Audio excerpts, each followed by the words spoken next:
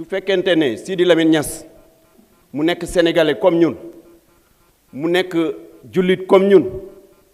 lépp loo xam ne lii dafay seet li nga xam ne lii dafay métti benn ethnie da koy wax mënuma ko ñàkk wax mënuma ko ñàkk wax dans la mesure où Sidi Lamine Niass président groupe Walfadjri ñu ngi lay wax ne am nga possibilité am nga droit wax ne sa télévision kenn du ci wax pulaar am nga droit wax ne sa rajo kenn du ci wax pulaar mais amoo droit wax loo Haalpulaar yi li ñu waxul amoo droit mébét loo Haalpulaar yi li ñu mébétul mënuñu concevoir Sidi Lamine di wax ci waxu Gambie di wax Sénégal uniquement parce que ki dirige Gambie actuellement nee nañu Haalpulaar la ki dirige Sénégal actuellement nee nañu Haalpulaar la mu nekk loo xam ne monsieur le ministre de la justice lu ñu métti la te loolu ñu métti mën naa wax ne mën na jur lu bëree bëri mënuma ko ñàkk wax depuis si deuxième tour bi la commencé entre les deux tours la commencé ba ñu demee entre les deux tours entre le président Macky Sall ak le président Ablaye Wade la commencé woon a wax benn image d'un grand serpent boo xam ne serpent bi genn gi dafa nekk Guinée biir bi nekk Mauritanie bopp bi nekk Sénégal depuis entre les deux tours la ko commencé mënuñ ko nangu mënuñ ko accepter mënatuñ ko tolérer et pourtant Sénégal depuis 1960 de 60 à 80 Senghor moo ko dirigé ak Abdou Diouf pendant 40 ans amul fenn fu ñu mës a wax nguuru séeréer pendant 40 ans mais puisque on les considère comme de dignes fils de ce pays Ablaye Wade ñëw pendant 12 ans amul fenn fu ñu mës a wax nguuru wolof parce qu'on le considère comme un digne fils de ce pays mun nañu comprendre au nom de quoi am jeune bu ñëw bokk Fatick jàng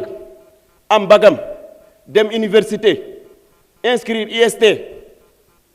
militer dans un parti nekk ingénieur militer dans l'opposition ànd ak leader bi gagné malgré ses souffrances et ses privations leader am gagné nommé ko directeur Petrosen mu doy ko mu nommé ko ministre de l'énergie ministre des infrastructures ministre de l'hydraulique mu doy ko par ses compétences mu nommé ko ministre de l'intérieur mu doy ko par ses qualités mu nommé ko premier ministre par ses compétences mu doy ko lépp doy ko mu diriger ko liste pour les législatives mu am plus de 130 députés mu nommé ko président de l'Assemblée nationale mais yàlla ñëw puisque yàlla mooy programme kuy falu yàlla mooy programme lu kii mu am réeroo ñu génn wuti dem gis les Sénégalais dem ci àll bi gis séeréer yi gis wolof yi gis pulaar yi gis joolaa yi gis njaago yi gis l'ensemble des Sénégalais Sénégal jox ko bopp donc mënuñu concevoir Sénégalais boobu ñu koy xool en tant que Haalpulaar non nous voulons que Macky ñu xool ko en tant qu'un digne fils de ce pays pas en tant que Haalpulaar mënuñ ko nangu mënatuñ ko nangu waa PDS suñ fi nekkee ñoom Lamine Thiam ñi nga xam ne nekkoon nañ ak Abdoulaye Wade depuis 88 man depuis 88 j'étais avec le président Wade et pourtant en 88 Daouda Sow di sama mag ñu bokk baay moo nekkoon président de l'Assemblée nationale Djiboka nekkoon au pouvoir donc ça veut dire que ñoom ils étaient au pouvoir nekk sama mbokk mais àndu woon ak ñoom Abdoulaye Wade nekkoon dans l'opposition te nekkul sama mbokk ma ànd ak moom donc xooluma woon affaire xeet nous refusons cela mënatuñ ko nangu mënatuñ ko accepter il faut qu'il sache que la communauté Haalpulaar est un volcan qui dort nous n'acceptons pas mënatuñ ko nangu mënatuñ ko tolérer mënuñ ko nangu mënatuñ ko tolérer.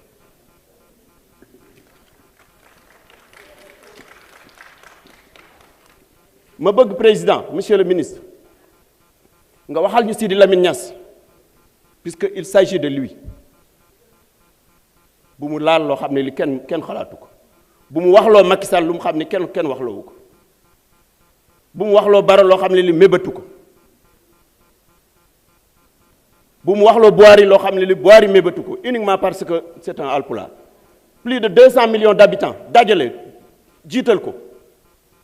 Moi je pense que Macky Sall talul loolu talul créer ay problème président Macky Sall lu mu tal mooy def sur les foyers religieux li nga xam ne war na ko def